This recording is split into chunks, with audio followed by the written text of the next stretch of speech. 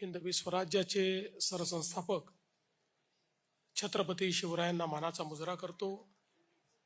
भारतीय राज्यघटनेचे शिल्पकार भारतरत्न डॉक्टर बाबासाहेब आंबेडकर यांना मानवंदना अर्पित करतो। ज्यांनी शिवबांना घडवलं त्या आई जिजाऊ मासाहेब, ज्यांनी उत्कृष्ट शासन कसं असतं हे आपल्याला सांगितलं, त्या लोकमाता पुण्यश्लोक अहिल्यादेवी होळकर, आणि ज्यांनी स्त्री शिक्षणाची दारं पुन्हा एकदा महिलांकरता खुली केली, त्या क्रांतिज्योती सावित्रीबाई फुले यांच्या चरणी नतमस्तक होतो।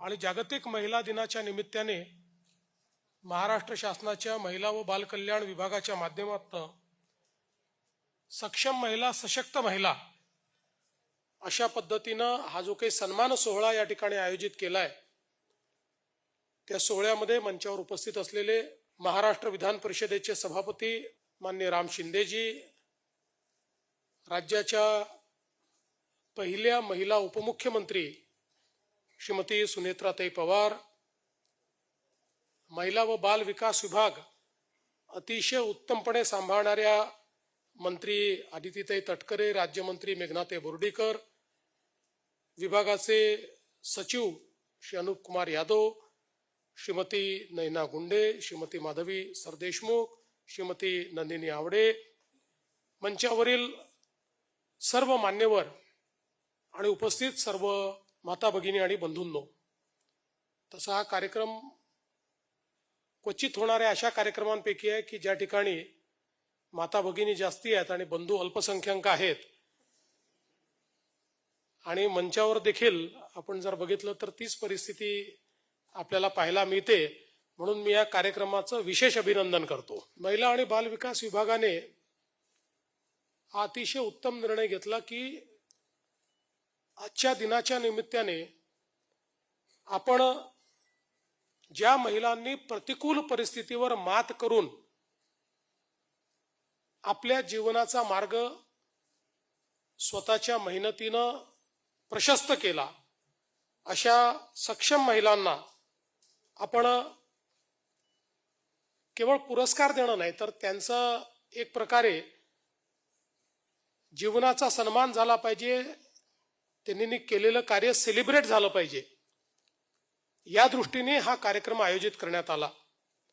आणि आपण बघितलं असेल, अतिशय प्रतिकूल परिस्थितीमध्ये अनाथ मुलींच्या निरीक्षण गृहात राहून शिकलेली जळगावची वैशाली हिवराळे, जिने 90% गुण घेतले, सेजल जडेजा जिने 84% गुण घेतले, पुण्याची मानसी पटेकर ज्यांनी 12वीत 92% गुण घेतले, आणि त्यासोबत आपल्या सरिताताई नाईक अंगणवाडी सेविका ज्यांनी रशिया आणि इराणला पराजित करून पॉवर लिफ्टिंग मध्ये आंतरराष्ट्रीय स्तरावर 2 सुवर्ण पदकं ही मिळवली, अशा आपल्या भगिनी, किंवा सुवर्णाताई अग्रवाल असतील, सुरेखाताई पवार असतील, बागेश्वरी रेड्डी असतील, ज्योतिताई मिरगणे असतील, मर्जिना मणेर असतील, किरण पांडे असतील, या सर्वांनी प्रतिकूल परिस्थितीमध्ये आपलं शिक्षण पूर्ण केलं आणि शासनाच्या जी काही अनाथ 1% आरक्षण देण्याचा आपला जो निर्णय होता, त्या निर्णयाच्या आधारावर या ठिकाणी अतिशय चांगल्या पदांवर त्या आज कार्यरत आहेत। आणि इतरही अशा ज्या आमच्या भगिनी आहेत त्यांच्यासमोर रोल मॉडेल म्हणून आज त्यांचं जीवन हे आपल्याला पाहायला मिळतंय। खरं तर आपल्या देशाचे प्रधानमंत्री माननीय नरेंद्र मोदीजी हे नेहमी असं सांगतात की भारताला विकसित भारत 2047 हे स्वप्न पूर्ण करायचं असेल तर त्याचा मार्ग हा महिला सक्षमीकरणातूनच जातो। ज्यावेळी अर्थव्यवस्थेचं दुसरं चाक म्हणून आमच्या महिलांना शिक्षण आणि रोजगाराच्या माध्यमातून मानव संसाधनामध्ये आम्ही परिवर्तित करू आणि या दुसऱ्या चाकाची पॉवर, त्याची शक्ती आणि त्याची गती ही देशाच्या अर्थचक्राला मिळेल, त्याचवेळी भारत हा त्या ठिकाणी पूर्णपणे विकसित राष्ट्र म्हणून नावारूपाला येऊ शकेल. आणि खरं देखील आहे, जगाच्या पाठीवर जर आपण बघितलं तर जी विकसित राष्ट्र आहे, युरोप असेल, अमेरिका असेल, जपान असेल, कोरिया असेल, अलीकडच्या 30-35 वर्षातला चीन असेल, या प्रत्येक राष्ट्राने आपल्या नारी शक्तीची ताकद ओळखून त्यांना मानव संसाधनामध्ये परिवर्तित केलं आणि त्यामुळे त्यांच्या अर्थचक्राला जी गती प्राप्त झाली, त्या देशांचा विकास झाला, त्या देशातली गरिबी पूर्णपणे संपली आणि त्या देशाची अर्थव्यवस्था ही मजबूत झाली. म्हणूनच माननीय प्रधानमंत्री मोदयांनी बेटी बचाओ बेटी पढाओ पासून तर लखपती दीदी पर्यंत जे सर्व कार्यक्रम घेतले, सामाजिक कार्यक्रम असतील, आर्थिक क्षेत्रातले कार्यक्रम असतील, प्रत्येक क्षेत्रातला कार्यक्रम हा महिला सक्षमीकरणाचा कार्यक्रम आहे की ज्यातनं महिलांना अधिकारिता मिळाली पाहिजे आणि महिलांना मानव संसाधन म्हणून आपल्या अर्थव्यवस्थेच्या या संपूर्ण चक्रामध्ये भागीदारी मिळाली पाहिजे. या दृष्टीने त्यांनी या सगळ्या योजना केल्या. मला आनंद वाटतो की महाराष्ट्रातही आपण तोच प्रयत्न केलाय. मग आपल्या मुलींना उच्च शिक्षणामध्ये 100% मोफत अशा पद्धतीनं उच्च शिक्षण घेता यावं, अशा प्रकारचा आपला निर्णय असेल, किंवा लाडकी बहीण सारखी योजना असेल की ज्या योजनेतनं आमच्या महिलांना एक आधार देण्याचं काम आपण करतो आणि आज हाच आधार पुढच्या काळामध्ये अर्थचक्रात कसा परिवर्तित करता येईल याच्या अनेक योजना आपण तयार केलेल्या आहेत. काही ठिकाणी 5 लाखापर्यंतचं कर्ज देऊन आमच्या महिलांना गॅरेंटर मिळणं कठीण जातं आणि म्हणून लाडकी बहिणीचे पैसे हेच गॅरंटी समजून आणि त्यातनं त्यांना व्यवसाय उभा करायला मदत करायची, अशा प्रकारचे चांगले प्रयोग आपण करतो. या वेगवेगळ्या प्रयोगाच्या माध्यमातून आपल्या महिलांना सक्षम करण्याचा आपला प्रयत्न आहे. मला या गोष्टीचा आनंद आहे की आज आपल्या महाराष्ट्र शासनामध्ये ज्या वेगवेगळ्या योजना चाललेल्या आहेत, त्या योजनांच्या माध्यमातून गेल्या 2 वर्षामध्ये आपण आमच्या 37 लाख लाडक्या बहिणींना लखपती दीदी बनवलेला आहे. आणि लखपती दीदी म्हणजे एकदा तिने ₹1,00,000 कमवले असं नाही, तर जी भगिनी दरवर्षी 1 लाखापेक्षा जास्त पैसा कमवते तिला आपण लखपती दीदी म्हणतो. अशा 37 लाख लखपती दीदी आपल्या तयार झाल्या आहेत. आणि आता लक्ष ठेवलंय, या वर्षी 2026-27 मध्ये आपल्याला अजून 25 लाख बहिणींना लखपती दीदी बनवायचं आहे. 1 कोटी माझ्या भगिनी या लखपती दीदी बनवण्याचं लक्ष्य आपण ठेवलेलं आहे. आणि तुम्ही विचार करा, ज्या 1 कोटी महिला कदाचित अर्थव्यवस्थेचा भाग फारशा नव्हत्या, त्या जर अर्थव्यवस्थेमध्ये वर्षाला 1 लाखापेक्षा जास्त पैसा कमवत असतील तर किती भर टाकतील, त्यांनी अर्थव्यवस्थेला किती चालना मिळेल, त्यांनी समाज व्यवस्थेत किती परिवर्तन होईल, त्यांनी देशाचं अर्थचक्र किती वेगाने चालेल.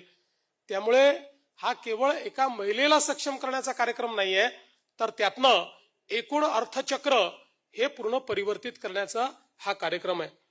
मी एका गोष्टीचा नेहमी उल्लेख करतो की आम्ही महिला व बाल विकास विभाग असेल, ग्राम विकास विभाग असेल, वेगवेगळ्या योजना चालवतो. महिला बचत गटांना आम्ही त्या ठिकाणी कर्ज देतो, काही वैयक्तिक योजना लाभाच्या चालवतो. आमचा अनुभव असा आहे की पुरुष लाभार्थी जे आहेत यांचं कर्ज परत करण्याचा जो काही टक्केवारी आहे ती 50%च आहे. पण माझ्या महिला भगिनी जे कर्ज घेतात 99.99% परत येतात. 99.99. एखादच काही दुर्दैवी घटनेमुळे कर्ज परत येत नाही. अन्यथा आलेला पैसा हा योग्य पद्धतीने वापरायचा आणि तो दुप्पट करायचा. हे जे अर्थतंत्र आहे हे जे महिलांना योग्य प्रमाणात करता येतं ते इतर कोणालाही करता येत नाही असं माझं मत आहे. कारण महिला घरही सांभाळतात, संसारही सांभाळतात, मुलंही सांभाळतात, पती सांभाळतात आणि हे सगळं करत ज्या प्रकारचा बॅलन्स आमच्या महिला तयार करू शकतात तो मला असं वाटतं की खरोखर जीवनामध्ये कुठल्याही क्षेत्रात महिलांना संधी मिळाली की त्या संधीचा फायदा घेऊन तिथे उत्कृष्ट काम या महिला करतात. अलीकडच्या काळामध्ये वेगवेगळ्या विद्यापीठांमध्ये ज्यावेळी मी कॉन्व्होकेशनला जातो 100 सुवर्ण पदकं असतील, 90 मुली असतात आणि 10 मुलं असतात. तुम्ही 12वीची अलीकडच्या काळात तर मेरिट वेगळ्या पद्धतीचं असतं, पण जे प्रावीण्य प्राप्त अशा प्रकारचे विद्यार्थी बघितले तर 60% मुली दिसतील आणि 40% मुलं दिसतील. त्यामुळे जिथे संधी मिळाली तिथे संघर्षातून मेहनतीतून संधीचं सोनं करण्याचा प्रयत्न हे आमच्या सर्व भगिनी करत असतात. आणि म्हणूनच आमचाही हा प्रयत्न आहे की वेगवेगळ्या पद्धतीनं आपल्याला आमच्या या माता भगिनींना कशा पद्धतीनं एक संधी देता येईल हा प्रयत्न आम्ही करतो. मागच्या काळात शिंदे साहेब, अजित दादा आणि मी अनेक योजना सुरू केल्या. या सगळ्या योजना आम्ही योग्य पद्धतीनं चालवतो. त्या योजना आम्ही बंद होऊ देणार नाही आहोत. उलट त्या योजनातनं अजून अधिक लाभ आपल्याला कसा देता येईल हा देखील आमचा प्रयत्न आहे.